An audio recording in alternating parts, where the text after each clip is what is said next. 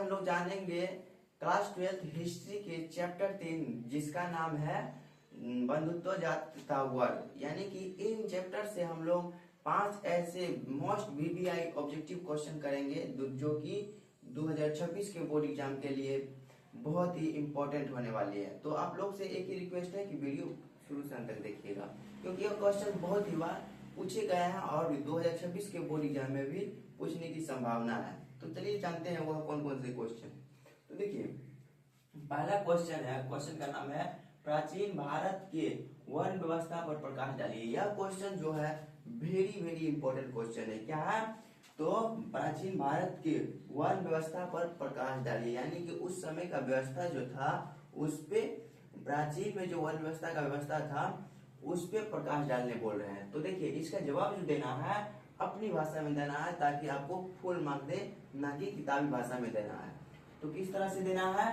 तो प्राचीन भारत के वर्ण व्यवस्था के कई भागों में बांटा गया था।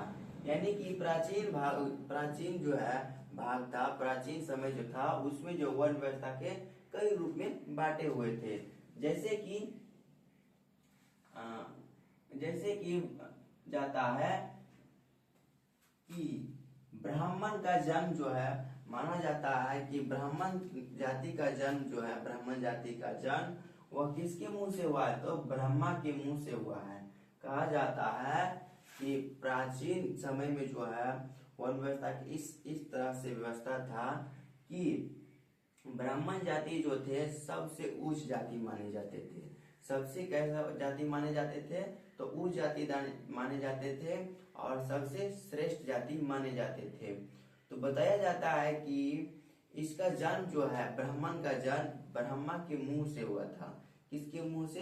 तो ब्रह्मा के मुंह से हुआ था। यहाँ से एक ऑब्जेक्टिव क्वेश्चन पूछ बनते हैं कि ब्राह्मण का जन्म जो है इस कैसे हुआ? तो ब्रह्मा के मुंह से हुआ था। जबकि क्षत्रिय का जन्म जो है भुजाओं से हुआ था। किससे? भुजाओं से हुआ था। और ब्राह्मण का जन्म जो है किससे हुआ था? तो ब्रह्मा के मुंह से हुआ था। वही हम बात करें, शूद्र की बात करें, तो शूद्र का जन्म जो है उसके ब्रह्मा जी के जो है पैरों से हुआ था। किसके? पैर से हुआ था, पैर। अब गाछी वाला पैर मत समझ लीजिएगा, हुआ था। इस प्रकार के वर्ण व्यवस्था प्राचीन काल में हुआ करते थे, प्रचलित थे, यानी कि हुआ करते थे। इस समय प्राचीन काल में जो है इसी तरह का वर्ण व्यवस्था थे। लेकिन वैदिक काल आते आते वर्ण व्यवस्था जन्म के आधार पर बदल गया, उसके बाद कर्म के आधार पर बदल गया, उसके बाद योग्यता के आधार पर बदलते गया। क्या चीज? वर्ण व्यवस्था।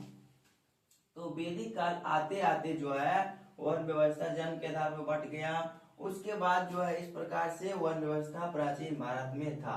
प्राचीन भारत में पहले कैसे व्यवस्था था? तो अलग अलग तरीका का व्यवस्था हुआ करता था। लेकिन वैदिक काल आते आते जो है प्राचीन भारत का वर्ण व्यवस्था बदल गया। तो इस तरह से जवाब देना है ताकि आपको पूरे मार्क दे। अब हम लोग जानते हैं, अगला प्रश्न देखते हैं। तो उसका प्रश्न जो है वह प्रश्न स्त्री धन को परिभाषित करें। नेक्स्ट प्रश्न क्या है? स्त्री धन का परिभाषित करें। ये भी क्वेश्चन जो है वीवीआई को ऑब्जेक्टिव और सब्जेक्टिव क्वेश्चन बनता है। क्या है? वीवीआई लगा लीजिए इसमें। तो स्त्री धन क्या है? इसका जवाब आप लोग को देना है, स्त्री धन क्या है। तो इसका भी देखिए शॉर्ट में देना है उत्तर। जब कोई स्त्री किसी से धन लेकर विवाह करती है, यानी कि जिस तरह से अभी का जमाना में जो है लड़का लेता है स्त्री से धन, लेकिन उस समय जो है प्राचीन भारत जो हुआ करते थे, तो उस समय जो है स्त्री का विवाह जो होता था, लड़की का विवाह जो होता था, उस समय लड़की क्या लेता था? लड़की दहेज लेती थी। तो इसी विवाह को स्त्री धन कहा जाता है। यानी कि विवाह के समय जो भी धन लेते थे तो उसको क्या कहा जाता है? स्त्री धन कहा जाता है। जिस तरह से जो है जब कोई भी पिता जो है अपने बेटी का विवाह करता है तो उस समय जो है उसको जो धन देते हैं उसी को क्या कहते हैं, स्त्री धन कहते हैं। यानी कि जब लड़की का विवाह होगा तो उस समय जो धन देगा उसका पिता, तो उस पे सिर्फ जो है सिर्फ और सिर्फ किसका अधिकार होगा, तो स्त्री का अधिकार होगा। इसीलिए जो है उसे स्त्री धन कहा जाता है। जिस तरह से अभी का जमाना में जो है लड़की का शादी होता है, तो लड़की की शादी में जो है बोलता है कि हमारी बेटी के 10 कट्ठा जमीन लिख देना है, तो यदि वह जमीन जो है उसके नाम पर कर देते हैं, अपने बेटी के नाम पर कर देते हैं, तो उस पे जो है सिर्फ और सिर्फ किसका अधिकार हो जाता है, तो आप ओकर बेटी का अधिकार हो जाता है। इसीलिए उसे स्त्री धन के नाम से जानते हैं। कहा जाता है या विवाह के समय पिता जो उपहार में धन देते हैं, यानी कि विवाह होने के बाद जो है अपने बेटी को जो भी धन देते हैं उसे कौन सा धन कहते हैं, स्त्री धन कहा जाता है। उसके बाद हमारा नेक्स्ट प्रश्न है, महाभारत के मूल कथा संबंध किससे है। यानी कि महाभारत का संबंध जो है, मुख्य संबंध जो है किस चीज से है, किससे है।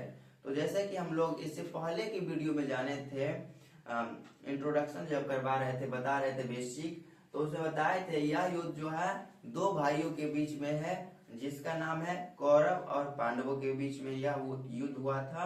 और कहाँ युद्ध हुआ था, तो कुरुक्षेत्र में हुआ था। और आप लोग देखे होंगे तो आप लोग कमेंट करके बताइए कि यह युद्ध जो है किस वंशज के थे, तो कुरु वंशज के थे। तो हम लोग जानते हैं क्वेश्चन का जवाब। तो महाभारत के मूल कथा संबंध किससे है, यानी कि यह संबंध जो किससे किससे है। तो देखिए महाभारत का मूल संबंध कौरव और पांडवों के बीच युद्ध का है। किस चीज का है, तो महाभारत का मूल संबंध किससे है, तो पांडवों और कौरवों के बीच जो युद्ध हुआ था उसी से संबंधित है। यानी कि उसी पर जो है पूरा महाभारत हो गया, 18 दिन का युद्ध हो गया। यह क्वेश्चन बहुत ही बार पूछे गए हैं कि महाभारत का युद्ध जो है कितने दिनों तक चला। तो महाभारत का युद्ध जो है 18 दिनों तक चला। और आप लोग कमेंट करके बताइए कि महाभारत का जो है लेखक कौन है, महाभारत का पिता कौन है। आप लोग फटाफट कमेंट करके बताइए महाभारत का लेखक कौन है। तो महर्षि वेद व्यास है। कौन है, महर्षि वेद व्यास।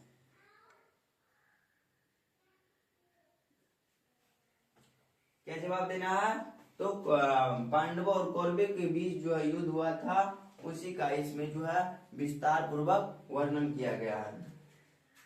महाभारत के कुछ भाग में विभिन्न सामाजिक समुदाय के आचार व्यवहार के मानदंड तय करते हैं, क्योंकि इस ग्रंथ के मुख्य पात्र इन्हीं मानदंडों का अनुसरण करते हुए दिखाई देता है। यानी कि इसमें जो है यह युद्ध में जो भी घटना हुआ है उसी के ऊपर जो है उसी के बारे में जो है यह महाभारत में बताया गया है। तो आई होप ये वीडियो आप लोग को पसंद आया होगा। वीडियो पसंद आया तो प्लीज लाइक एंड सब्सक्राइब अपने दोस्तों के साथ शेयर करें। मिलते हैं नेक्स्ट वीडियो में। इसी तरह मोस्ट वीवीआई ऑब्जेक्टिव क्वेश्चन के देखने के लिए हमारे चैनल को सब्सक्राइब करें।